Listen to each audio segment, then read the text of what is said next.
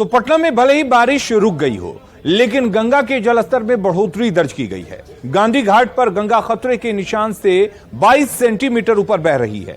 प्रशासन ने जलस्तर में बढ़ोतरी के बाद लोगों से स्नान करने के लिए गंगा में दूर तक नहीं जाने की अपील की है। बावजूद इसके लोग प्रशासन के हिदायत की अवहेलना करते नजर आ रहे हैं। बढ़ते जलस्तर का जायजा लिया संवाददाता संजय कुमार ने। नेपाल में पिछले 72 घंटे से लगातार हो रही बारिश की वजह से जहां राज्य के 10 नदियों के जलस्तर में बढ़ोतरी हुई है, वहीं अगर राजधानी पटना की बात करें तो राजधानी पटना में गंगा नदी के भी जलस्तर में बढ़ोतरी दर्ज की गई है। इस वक्त हम तस्वीर आपको पटना के गांधी घाट की दिखा रहे हैं, जहां पर खतरे का निशान यानी डेंजर जोन जो है वो 4.60 तक होता है, लेकिन आज नदी का जो वाटर लेवल है वो 4.82 यानी 22 सेंटीमीटर ज्यादा है खतरे के निशान से। यह तस्वीर हम आपको दिखा रहे हैं जहाँ काफी संख्या में लोग स्नान करने के लिए गांधी घाट पर पहुंचे हैं और दूर दूर तक तस्वीर देखिए, लोग जो प्रशासन द्वारा एक सीमा तय की गई है उसके आगे भी जाकर स्नान कर रहे हैं। तो कहीं न कहीं इस तरह की जो गतिविधि होती है और इस तरह लोग स्नान करने अगर आते हैं तो यह खतरे को आमंत्रण देता है। राजधानी पटना में हाल के दिनों में वाटर लेवल बढ़ने के बाद लोगों के डूबने की कई घटनाएं हुई हैं, लेकिन विडंबना देखिए अभी भी लोगों ने शायद इससे सबक नहीं लिया है और अभी भी निर्भीक होकर लोग स्नान कर रहे हैं। तो इस तरह का जो उनका कृत्य है वो कहीं न कहीं हादसे को निमंत्रण देता है। तो न्यूज 18 की भी अपील होगी आम लोगों से कि वो प्रशासन द्वारा तय रेखा के आगे जो एक रेखा तय की गई है उसके आगे स्नान करने नहीं जाएं, क्योंकि अगर वो ऐसा करते हैं तो अपने लाइफ को खतरे में डालते हैं। तो बिल्कुल इस अपील के साथ ही जो वाटर लेवल है उससे भी लोगों को अवेयर रहने की जरूरत है। देखना होगा, हालांकि गांधी घाट की तरह दीघा घाट में भी जलस्तर में बढ़ोतरी दर्ज की गई है। यह बारिश जो है वो कम हो रहा है, अभी अगले 4-5 दिनों तक यानी 31 अगस्त तक बारिश होने के आसार नहीं है। तो ऐसे में धीरे धीरे वाटर लेवल भी कम हो जाएगा। कैमरा पर्सन धर्मवीर के साथ संजय कुमार, न्यूज 18 पटना। तो नेपाल में भारी बारिश से बिहार की नदियां उफान पर हैं। नदियां तटबंधों को तोड़कर गांवों में घुस रही हैं। ऐसे में लोगों को एक बार फिर से बाढ़ का डर सता रहा है। बात बगहा की करें तो बगहा में गंडक नदी का जल स्तर फिलहाल स्थिर है। वाल्मीकि नगर बराज से 1,83,000 क्यूसेक पानी का डिस्चार्ज हो रहा है। वाल्मीकि नगर बराज पर जल स्तर में उतार चढ़ाव जारी है। छोटी छोटी पहाड़ी नदियों के जलस्तर में उछाल देखा जा रहा है। ऐसे में लोगों को बाढ़ का डर सता रहा है। पीपा पुल पर बाढ़ का पानी चढ़ गया है। 18 पंचायत के लाखों लोगों का प्रखंड मुख्यालय से संपर्क टूट गया है। पश्चिम चंपारण की बात करें तो यहां पर भारी बारिश से नदियां उफान पर हैं। नदी का पानी वाल्मीकि नगर टाइगर रिजर्व में घुस गया है। लोगों के साथ वन्य जीव भी संकट में घिरे हुए हैं। वन में पानी घुसने से वनकर्मियों को अलर्ट जारी किया गया है।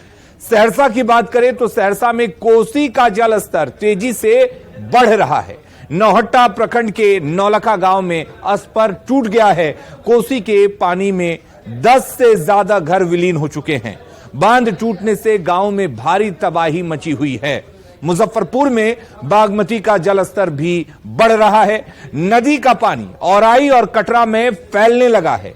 कटाव होने से पतारी में जमींदारी बांध टूट गई है। बांध टूटने से लोग त्राहिमाम कर रहे हैं। बाढ़ का पानी सैकड़ों घरों में घुस चुका है। पतारी, अंदामा, भवानीपुर, बकुची, बर्री, गंगिया, नवादा में पानी फैला हुआ है। अब हम आपको बताते हैं कि बाढ़ से निपटने की आखिर तैयारी आप कैसे करें।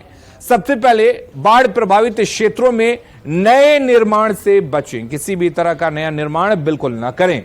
घर की मंजिल अगर बढ़ानी हो या घर का छत मजबूत करना हो, घर को मजबूत करना हो, तभी निर्माण करें।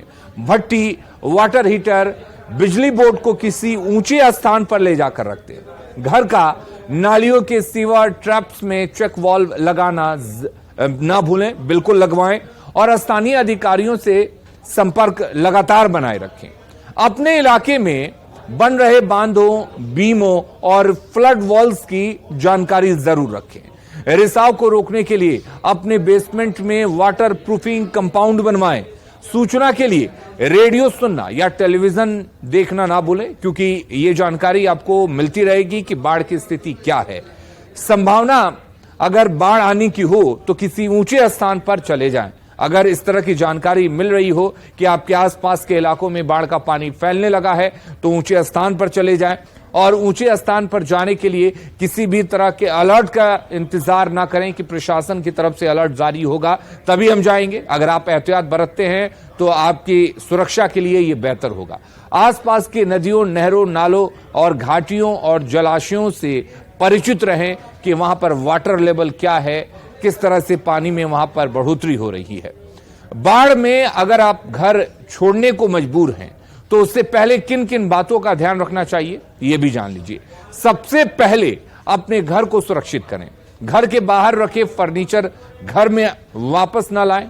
जरूरी चीजों को किसी ऊपरी तल पर ले जाकर रख दें, यानी कि ऊंचे स्थानों पर ले जाकर रख दें जहां तक पानी ना पहुंचे।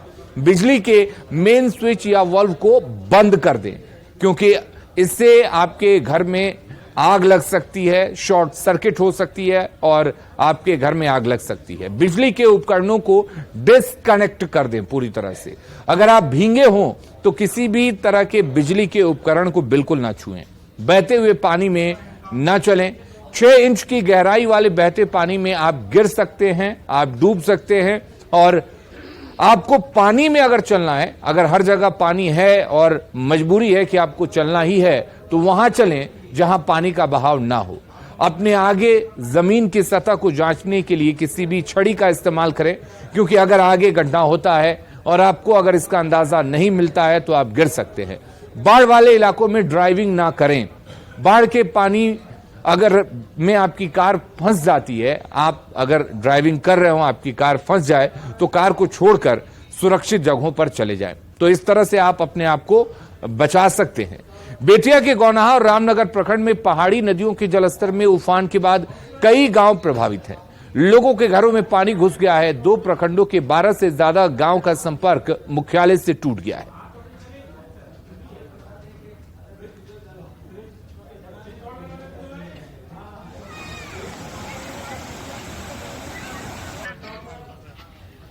तीन दिन से बारिश होता, सब पहाड़ी नदी बा, पानी गांव में मैंने ढूंढ बा, आ फसल वसल बा, सब मैंने क्षति होता है। पहाड़ी नदी बा, मसान बा, सब पानी क्षति जाके खोलने बा।